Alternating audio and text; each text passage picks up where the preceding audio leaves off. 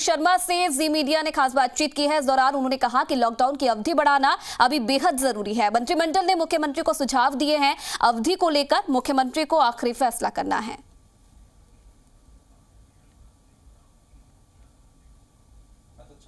Credentials की जांच हो रही है, कीमतें कितनी लेंगे उसके बारे में चर्चा हो रही है, लेकिन सवाल ये है कि जहां पर भारत सरकार बैठी है,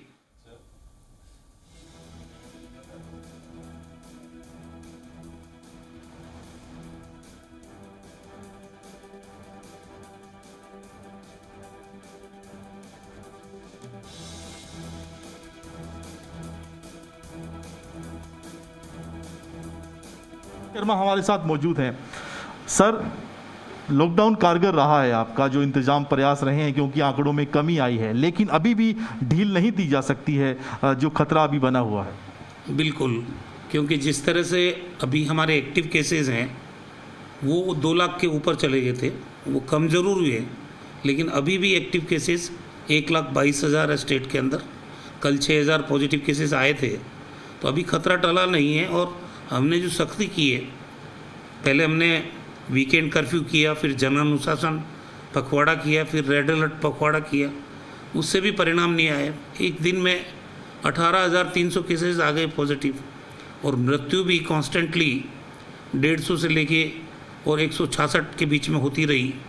तो लॉकडाउन लगाना समय की ज़रूरत थी, और वो लॉकडाउन लगाया गया, कुछ छूट दे के लगाया गया, एकदम कंप्लीट लॉकडाउन नहीं है।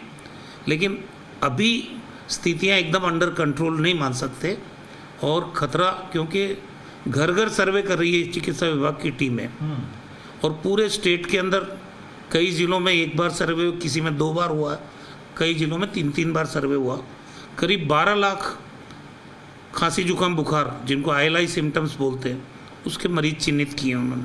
तो अब हमारी स्ट्रेटजी ये है कि पहले हम RT-PCR टेस्ट ही कर रहे थे, और RT-PCR टेस्ट 1,45,000 पर डे करने की हमारी क्षमता है। हम 80,000 के करीब एवरेज कर भी रहे हैं, लेकिन इतनी बड़ी संख्या आने के बाद सरकार ने फैसला किया कि हम एंटीजन टेस्ट भी करेंगे, दोनों टेस्ट करेंगे। तो ये जितने ILI केसेस आए हैं, इनका हम एंटीजन टेस्ट करेंगे ताकि आधा घंटे में रिपोर्ट आ जाए। उसमें जो पॉजिटिव आ जाएंगे उनको अस्पताल में या आइसोलेशन में भेज देंगे, और जो लोग नेगेटिव आए उनके सैंपल का कलेक्शन हो जाएगा, उनकी RT-PCR टेस्ट कर लेंगे। तो ऐसे करके राजस्थान भर में जो भी सिम्टोमेटिक ILI केसेस हैं, उनको हम टेस्टिंग के माध्यम से आइडेंटिफाई कर रहे हैं कि इनमें कितने पॉजिटिव हैं, क्योंकि गाँव में ये स्प्रेड हुआ है, जो हमारे लिए सबसे बड़ी चिंता की बात है।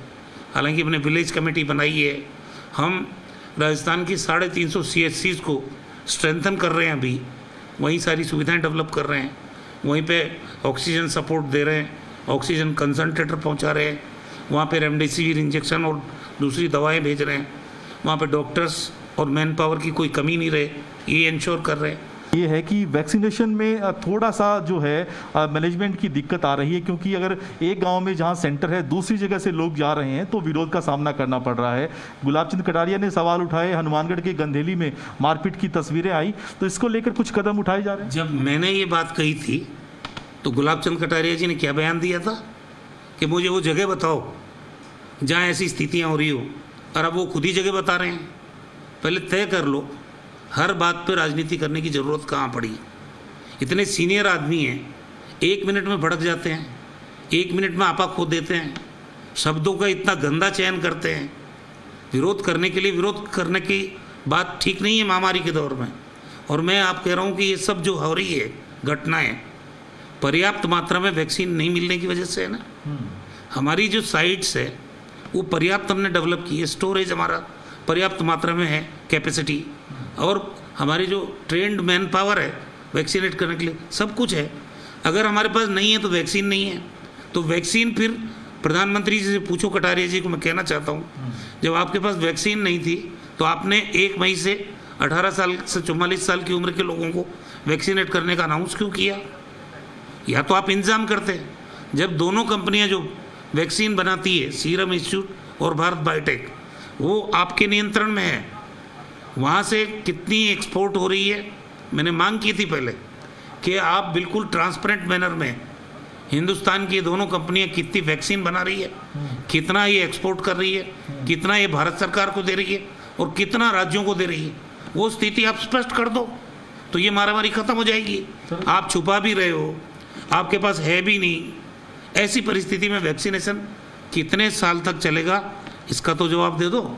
सर, ग्लोबल टेंडरिंग जो है उसमें कहाँ तक प्रोग्रेस है? क्या कब तक बाहर से कंपनियों से बात हो पाई है? कब तक वैक्सीन मिल पाएगी? देखिए, मजबूरी में राज्य सरकारें ग्लोबल टेंडर कर रही है, हमने भी किया, उसकी निविदा भी खुल गई, 8-9 कंपनियों ने टेंडर भरा था। अब उनकी क्रेडेंशियल्स की जांच हो रही है, कीमतें कितनी लेंगे उसके बारे में चर्चा हो रही है। लेकिन सवाल ये है कि जहाँ पर भारत सरकार बैठी है, ये फेडरल स्ट्रक्चर में, ग्लोबल टेंडर तो गवर्नमेंट ऑफ इंडिया को करना चाहिए था। खर्चा जब राज्यों ने वहन करने के लिए अनाउंस कर दिया कि वैक्सीनेशन का जो भी खर्चा होगा 18 से 44 साल की एज ग्रुप में वो हम वहन करेंगे, तो ग्लोबल टेंडर तो ये कर देते। अब आज एक प्रदेश ग्लोबल टेंडर कर रहा है, वहाँ तो कीमत अलग निकलेगी और यहाँ अलग निकलेगी। देश में बनी हुई वैक्सीन का भी ग्लोबल टेंडर में आदमी टेंडर भर रहा है, तो जो देश में सप्लाई हो रही है उसकी कीमत अलग होगी और ग्लोबल टेंडर से जो सप्लाई आएगी उसकी कीमत अलग होगी। तो इतनी भ्रांतियों में कैसे वैक्सीनेशन करेंगे? लेकिन फिर भी कोशिश तो है राजस्थान सरकार की कि मैक्सिमम लोगों तक जो है रीच हो वैक्सीन की। नहीं, राजस्थान सरकार ने तो पूरी, तभी तो ग्लोबल टेंडर किया हमने, मैंने कहा उसको खोल भी दिया हमने।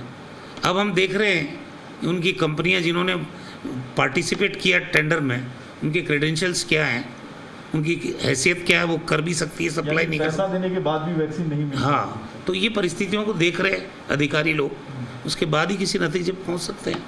डॉक्टर रघु शर्मा, कई सारे मुद्दों पे हमसे बात की है। एक तो ये तय है कि मंत्रिपरिषद में जो सुझाव दिए हैं मंत्रियों ने, उसके बाद लॉकडाउन बढ़ेगा, उसकी अवधि 5 दिन रहे, 7 दिन रहे, 10 दिन, 17 दिन, 12 दिन, वो सीएम साहब को तय करनी है। लेकिन अभी सख्ती का जो है वक्त बरकरार है, अभी संयम और अनुशासन का वक्त बरकरार है, अभी भी लोगों को लापरवाही नहीं करनी है। लेकिन चिकित्सा मंत्री के प्रयासों से राजस्थान में ब्लैक फंगस की दवाइयाँ हों या कोरोना के मरीजों के लिए इंतज़ाम हो, वो बेहतर हुए हैं। ग्रामीण क्षेत्रों पर पूरा फोकस है, लगातार सर्वे करवाया जा रहा है, लोगों को दवाइयां दी जा रही हैं और उसके साथ साथ तीसरी लहर जिसकी आशंका व्यक्त की जा रही है कि बच्चों के लिए वो बड़ा खतरा बन सकती है, उसके लिए भी चिकित्सा मंत्री ने अभी से प्रयास शुरू कर दिए हैं। कैमरामैन राहुल के साथ सुशांत पारिक।